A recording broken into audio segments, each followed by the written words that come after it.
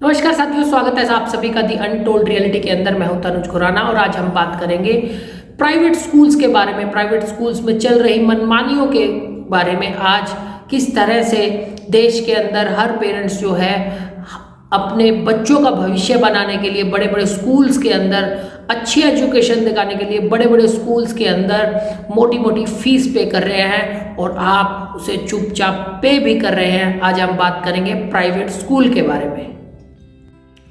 आज हर कोई सरकारी नौकरी पाना चाहता है, लेकिन कोई सरकारी स्कूल में अपने बच्चे को पढ़ाना नहीं चाहता है। आज सरकारी स्कूल और प्राइवेट स्कूल में जो गैप है वो आज ज़मीन और आसमान का गैप हो गया है। आज प्राइवेट स्कूल में पढ़ाने की हर पेरेंट्स की इच्छा होती है कि अपने बच्चे को बड़े बड़े प्राइवेट स्कूल्स के अंदर एडमिशन दिलाया जाए। आज पेरेंट्स जो हैं एक अपना स्टेटस बनाने के लिए या अपनी रेपुटेशन मेंटेन करने के लिए अपने बच्चे का एडमिशन ऐसे प्राइवेट स्कूल्स के अंदर करवा रहे हैं जिसमें बड़े बड़े डॉक्टर्स के, बड़े बड़े बिजनेसमैन के, नेताओं के बच्चे जिसमें पढ़ रहे हों उसमें अपना एडमिशन कराना चाहते हैं। और इसी का फ़ायदा जो है प्राइवेट स्कूल जो है उठाते हैं और आपसे मोटी मोटी फीस जो है कलेक्ट करते हैं। जिसे ज्ञान का मंदिर कहा जाता था, आज वो प्राइवेट कंपनियों की तरह अपना काम कर रहे हैं। आज प्राइवेट स्कूल वाले सभी मनी माइंडेड हो चुके हैं। आपको हर चीज़ जो है स्कूल के अंदर से लेना पड़ेगा। स्कूल यूनिफॉर्म से लेकर बुक्स, बेल्ट, शूज़, बैग, हर तरह की जो है आपको या तो स्कूल द्वारा रिकमेंड की गई दुकान से ही आपको परचेज करना है या फिर ये सभी चीज़ें आपको स्कूल से मिलेगी। लेकिन एक चीज़ आपको बाहर से लेनी है, वो है एजुकेशन। उस एजुकेशन के लिए आपको एक्स्ट्रा ट्यूशन लगानी पड़ेगी। आज की स्थिति 90% जो स्कूल है हिंदुस्तान के अंदर सभी मनी माइंडेड, सभी यही काम कर रहे हैं। आज प्राइवेट स्कूल जब चाहे आपकी जेब ढीली कर सकते हैं। केवल और केवल उन्होंने ड्रेस का कलर ही तो चेंज करना है। अब चेंज कलर करने के बाद एक लोगो, स्कूल का लोगो जो आपको केवल स्कूल से मिलेगा या फिर स्कूल की टक शॉप से ही मिलेगा, वही लोगो लगी हुई जर्सी आपको या वही लोगो लगा हुआ ब्लेज़र जो है आपको बाज़ार में और कहीं नहीं मिलेगा। वो केवल और केवल उसमें स्कूल में या स्कूल द्वारा रिकमेंड जो टक शॉप है या कोई टाई अप है जिनका उनके साथ, वहीं पर मिलेगा।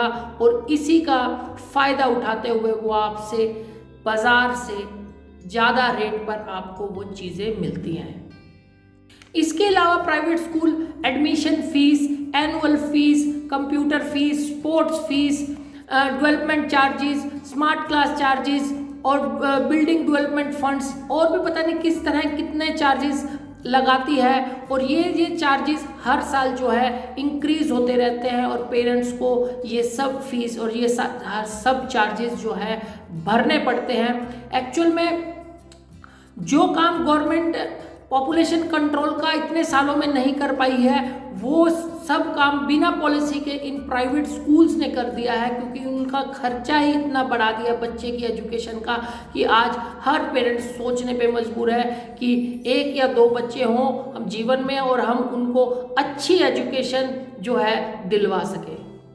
प्राइवेट स्कूल जो है केवल पेरेंट्स की जेब नहीं काटता, वो उस स्कूल में पढ़ा रहे स्टाफ या स्कूल में पढ़ा रहे टीचर्स का जो पीएन है या फिर क्लर्क है उनको भी नहीं बख्शता।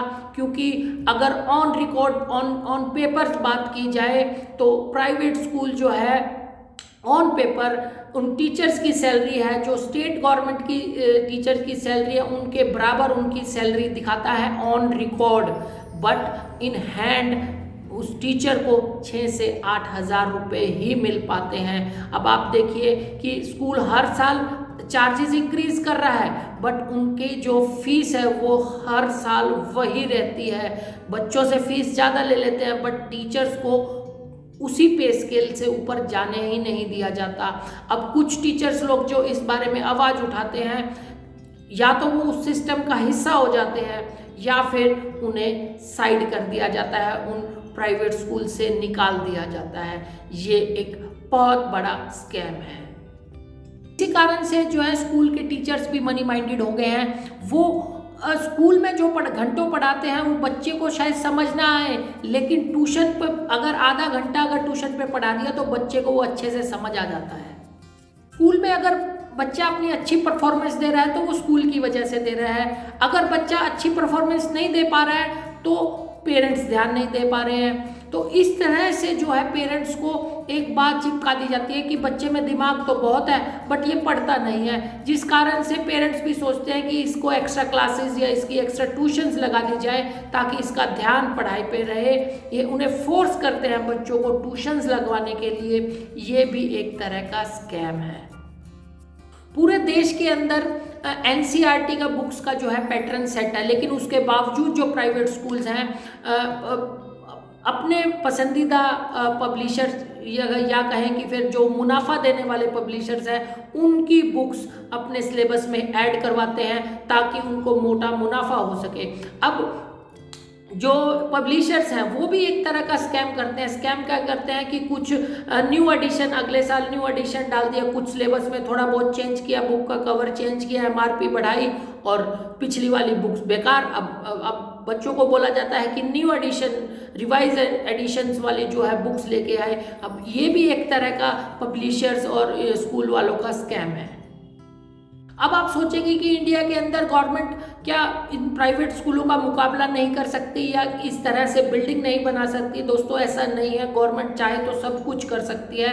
गवर्नमेंट स्कूल्स की बात करें, जैसे केंद्रीय विद्यालय है, नवोदय विद्यालय है, इनका जो मॉडल है, इनका जो पढ़ाने का तरीका है वो बहुत बढ़िया है।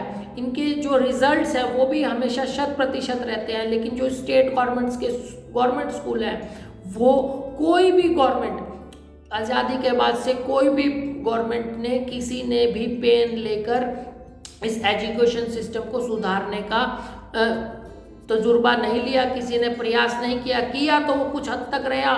गवर्नमेंट बदल गई और उनके फेवर में बात नहीं रही तो वो सब बदल गया।